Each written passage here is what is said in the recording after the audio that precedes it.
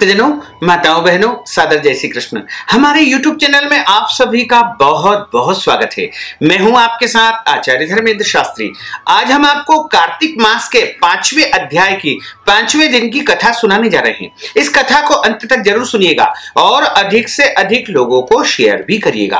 कार्तिक का महीना भगवान नारायण का स्वरूप होता है और 12 महीनों में सबसे श्रेष्ठ महीना कार्तिक का महीना होता है।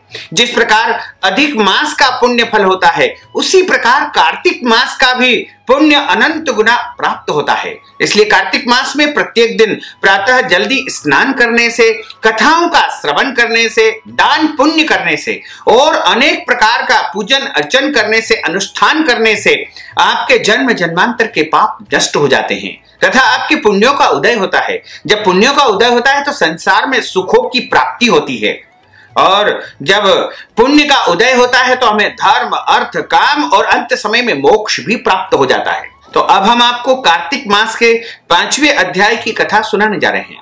कथा श्रवण करने के पूर्व आपको गुरु भगवान की स्तुति करना चाहिए तथा भगवान नारायण की स्तुति करके ही कथा प्रारंभ करनी चाहिए, जिससे कथा का संपूर्ण पुण्य फल हमको प्राप्त होता है। गुरुर् ब्रह्मा गुरुर्विष्णु गुरुर्देवो महेश्वरा गुरुः साक्षात् परब्रह्म तस्मै श्री गुरुवे नमः। अखंड मंडलाकारं व्याप्तं येन चराचरं तत्पदं दर्शितं येन तस्मै श्री गुरुवे नमः। सच्चिदानंद रूपाय विश्वोत्पत्त्यादि हेतवे तापत्रय विनाशाय श्री कृष्णाय वयं नुमः। कृष्णाय वासुदेवाय हरये परमात्मने प्रणतः क्लेशनाशाय गोविंदाय नमो नमः। वसुदेव सुतं देवं कंसचाणूरमर्दनं देवकी परमानंदं कृष्णं वंदे जगद्गुरुं। कृष्णं वंदे जगद्गुरुं। कस्तूरी तिलकं ललाटपटले वक्षस्थले कौस्तुभं नासाग्रे वरमुक्तिकं करतले वेणुः करे कङ्कणं सर्वाङ्गे हरिचन्दनं सुललितं कंठे च मुक्तावलिं गोपस्त्री परिवेष्टितो विजयते गोपालचूडामणिं फुल्लेन्दीवरकान्तिमिन्दुवदनं वरहावतं सप्रियं श्रीवत्साङ्कमुदार कौस्तुभधरं पीताम्बरं सुन्दरं गोपीनां नयनोत्पलार्चिततनुं गोगोपसन्धावृतं गोविन्दं कलवेणुवादनपरं दिव्याङ्गभूषणं भजे। वरहपीडं नटवरवपुः कर्णयोः कर्णिकारं बिभ्रद्वास कनककपीशं वेजयन्तीं च मालां रन्ध्रान् वेणोर्धरसुधया पूरयन् गोपवृन्दैः वृन्दारण्यं स्वपदरमणं प्राविशत गीतकीर्तिः। करारविन्देन पदारविन्दं मुखारविन्देन विन्वेशयन्तीं वटस्य पत्रस्य पुटेशयानं बालं मुकुन्दं मनसा स्मरामि। जय जय श्री राधारमण, जय जय नवल किशोर, जय गोपी चितचोर प्रभु, जय जय माखन चोर। मात मेरी श्री राधिका, पिता मेरे घनश्याम, इन दोनों के चरणन में मेरा बारंबार प्रणाम, मेरा बारंबार प्रणाम, मेरा बारंबार प्रणाम। मोहिनी मूरत श्याम की वो मन रही समाय, जो मेहंदी के पात में लाली रही समाय। धन यौवन एक दिन उड़ जाएंगे जैसे उड़े कपूर, मन मूरख तू राम भज क्यों चाटे जग धूर। राम कृष्ण दो एक है अंतर नहीं निमेष, इनके नयन गंभीर है उनके चपल विशेष। बोलिए श्री वृंदावन बिहारी लाल की जय, श्री राधे रानी सरकार की जय, श्री लक्ष्मी नारायण भगवान की जय, महाकाल राजा की जय, श्री गोवर्धननाथ भगवान की जय, श्री गिरिराज धरण की जय, श्री वल्लभाधीश की जय, श्री यमुने महारानी की जय।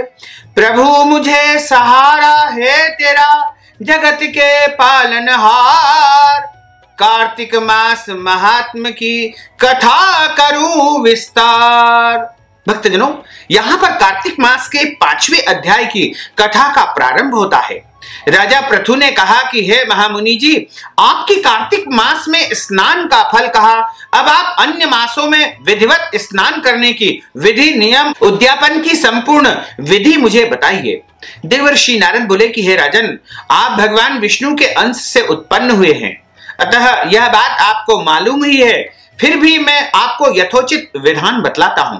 आश्विन माह में शुक्ल पक्ष की एकादशी से कार्तिक माह के व्रत करने चाहिए। सुबह ब्रह्म मुहूर्त में उठ करके जल का पात्र लेकर के गांव से बाहर पूर्व या उत्तर दिशा में जाएं। दिन में अथवा शाम को कान पर जनेऊ चढ़ा करके पृथ्वी पर घास बिछा करके सिर को कपड़े से ढक करके मुंह को भली भांति बंद करके थूक और श्वास को रोक करके मल मूत्र का त्याग करे। उसके पश्चात मिट्टी व जल से भली भांति अपने गुप्तांग को धोवे। तत्पश्चात जो मनुष्य दातुन यानी मुख शुद्धि नहीं करता है, उसके सब मंत्र निष्फल हो जाते हैं। अतः दांत और जीभ को यत्न पूर्वक शुद्ध रखना चाहिए और मंत्र पढ़ करके भगवान से प्रार्थना करनी चाहिए। दातुन भी तोड़ने का मंत्र होता है। हे बृहस्पति, तुम हमें आयु, कीर्ति, तेज, प्रज्ञा, पशु संपत्ति, महाज्ञान, बुद्धि और विद्या प्रदान करो। इस प्रकार प्रार्थना करके दूध वाले वृक्ष से पर से 12 अंगुल की दातुन तोड़ करके करे। व्रत तथा श्राद्ध के दिन दातुन नहीं करना चाहिए। प्रतिपदा, अमावस्या, नवमी, छठी, रविवार को चंद्र तथा सूर्य ग्रहण में दातुन नहीं करना चाहिए। कटीले पेड़ों, कपास, पीपल, बरगद और निर्गंध इन पेड़ों से दातुन नहीं करनी चाहिए। तत्पश्चात भली भांति स्नान करके पुष्पमाला, चंदन और पान इत्यादि से पूजा करके भगवान को प्रसन्न करना चाहिए। वहां पर सभी देवताओं को अर्घ्य, आचमनियम आदि वस्तुओं से पृथक पृथक उनका पूजन अर्चन करना चाहिए। प्रार्थना एवं उनको प्रणाम करना चाहिए। मंदिर में जो गायक भगवान श्री हरि का कीर्तन करने आए, उनको माला, चंदन, तांबुल आदि से पूजन करना चाहिए, क्योंकि देवस्थान में भगवत कीर्तन करने वाले भी साक्षात भगवान के ही स्वरूप माने जाते हैं। यह लोग सतयुग में श्री विष्णु जी को अपनी तपस्या, योग और दान द्वारा भगवान को प्रसन्न करते थे, मगर कलयुग में भगवत गुणगान ही भगवान की भक्ति करने का सर्वोत्तम साधन माना गया है। नारद जी ने राजा पृथु से कहा कि हे राजन, मैंने एक बार भगवान से पूछा कि हे प्रभु, आप सबसे अधिक कहां पर निवास करते हैं? आपका निवास स्थान सबसे अधिक कहां पर माना गया है? यह सुन करके भगवान पहले तो मुस्कुराए और मुस्कुरा करके प्रभु ने कहा कि हे नारद, मैं वैकुंठ अथवा योगियों के हृदय में नहीं रहता हूं, अपितु जहां पर मेरे भक्त मेरा कीर्तन करते हैं वहां पर मैं अवश्य ही निवास करता हूं। और जो मनुष्य चंदन माला आदि से मेरे भक्तों का पूजन करते हैं, उनसे मेरी प्रीति होती है और साक्षात मेरी पूजा होता है, क्योंकि मेरे पूजन से मैं अधिक प्रसन्न मेरे भक्तों के पूजन से होता हूं। अतः मेरा जो गुणगान करते हैं, मेरी कथाओं को सुनाते हैं, उनका पूजन तुमको अनिवार्य रूप से करना चाहिए और उनसे मेरी प्रीति होगी। और शीरीष, धतूरा, गिरजा, चमेली, केसर और कंदार तथा कटहल के फूलों व भगवान को अन्य पुष्पों से पूजन करनी चाहिए। अड़हल, कंद, गिरीश, जूही, मालती और केवड़ा के पुष्पों से भगवान शंकर की पूजा नहीं करनी चाहिए।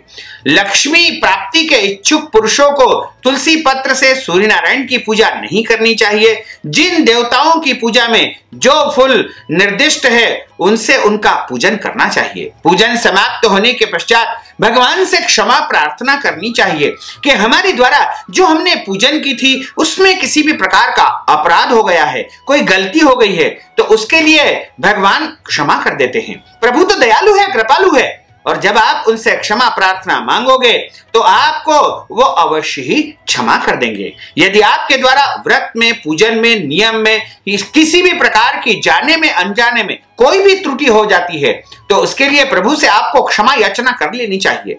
प्रभु आपको क्षमा अवश्य ही कर देंगे।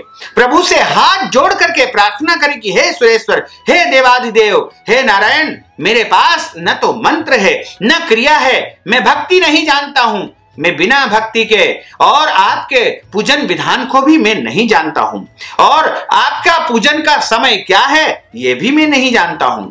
मैं अज्ञानी हूं, मैं कुछ भी नहीं जानता हूं, मैं केवल आपकी भक्ति करना जानता हूं। हे सुरेश्वर, जो मेरे पास सामग्री उपलब्ध है उसी प्रकार मैंने आपका पूजन किया है, अर्चन किया है, उसे आप स्वीकार करिएगा। पत्रम पुष्पम फलम तोयम यो मे भक्त्या प्रयच्छति। जो भक्त भगवान को श्रद्धा भक्ति के साथ में पत्र, फल, फूल, फल जो भी अर्पण करता है, प्रभु उसे अंगीकार करते हैं, स्वीकार करते हैं। उनको न किसी विधान की जरूरत है, न किसी विधि की जरूरत है, न किसी ज्ञान की जरूरत है। वो तो केवल भाव के भूखे हैं। भाव ही बस एक सार है। जो भाव से मुझको भजता है उसका बेड़ा पार है। तो भगवान की भक्ति यदि आप प्राप्त करना चाहते हैं तो आपको भावना पूर्वक, भक्ति पूर्वक उनका स्मरण करना चाहिए तथा उनकी पूजन करनी चाहिए। ऐसी प्रार्थना करने के बाद प्रभु को दंडवत प्रणाम करे, क्षमा प्रार्थना करके भगवत कीर्तन करना चाहिए, श्री हरि की कथाओं का श्रवण करना चाहिए, उनका गुणगान करना चाहिए तथा प्रसाद ग्रहण करना चाहिए। इस तरह बताई गई विधि से जो मनुष्य कार्तिक व्रत का अनुष्ठान करते हैं वह संसार के समस्त सुखों को प्राप्त कर लेते हैं और धर्म, अर्थ, काम और अंत में वह मुक्ति को यानी मोक्ष को प्राप्त कर जाते हैं। बोलिए श्री वृंदावन बिहारी लाल की जय, श्री राधे रानी सरकार की जय। अच्युतम केशवम राम नारायणम कृष्ण दामोदरम वासुदेवम हरे, श्रीधरम माधवम गोपिका वल्लभम, श्री जानकी नायकम श्री रामचंद्रम भजे, जानकी मनोहरम सर्वलोक नायकम, श्री शंकरादि सेवितम पुण्य नाम कीर्तनम, श्री राम राम राम राम राम नाम दायकम, रामा कृष्ण वासुदेवा भक्ति मुक्तिदायकम, रामा कृष्ण वासुदेवा भक्ति मुक्तिदायकम, रामा कृष्ण वासुदेवा भक्ति मुक्तिदायकम, रामा कृष्ण वासुदेवा भक्ति मुक्तिदायकम। बोलिए श्री वृंदावन बिहारी लाल की जय, श्री राधे रानी सरकार की जय, श्री गिरिराज धरण की जय, श्री गोवर्धन नाथ भगवान की जय, श्री यमुने महारानी की जय, श्री वल्लभाधीश की जय, श्री गुसाई जी महाराज की जय। धर्म की जय हो, अधर्म का नाश हो, प्राणियों में सद्भावना हो, विश्व का कल्याण हो, सनातन धर्म की जय हो, गौ माता की जय हो, नगर बस्ती की जय हो, आज के आनंद की जय हो, कल के आनंद की जय हो, परसों के आनंद की जय हो, बरसों बरसों के आनंद की जय हो। ओम नमः पार्वती पते हर हर महादेव हर। भक्तजनों, माताओं, बहनों, आपने जो ज्ञानवर्धक कथा का श्रवण किया है, कथा सुनने के बाद यदि आप दान दक्षिणा प्रदान करना चाहते हैं, वस्त्रदान, गोदान या कार्तिक मास से संबंधित कोई भी दान देना चाहते हैं, तो आप हमारे पेटीएम के माध्यम से, गूगल पे के माध्यम से, फोन पे के माध्यम से या अकाउंट नंबर के माध्यम से धनराशि सीधे सीधे नगद के रूप में पहुंचा करके अपना नाम गोत्र बता करके और हमें दान पुण्य कर सकते हैं। तो निश्चय ही आपको कार्तिक मास का पूरा पुण्य फल प्राप्त हो पाएगा। साथ ही आपसे अनुरोध है कि इस ज्ञानवर्धक वीडियो को अधिक से अधिक लोगों को शेयर करिएगा, लाइक करिएगा, कमेंट करिएगा, और यदि अभी तक आपने सब्सक्राइब नहीं किया तो अभी और इसी समय सब्सक्राइब अवश्य कर लीजिए। आपको और आपके पूरे परिवार को सादर जय श्री कृष्ण, सादर धन्यवाद।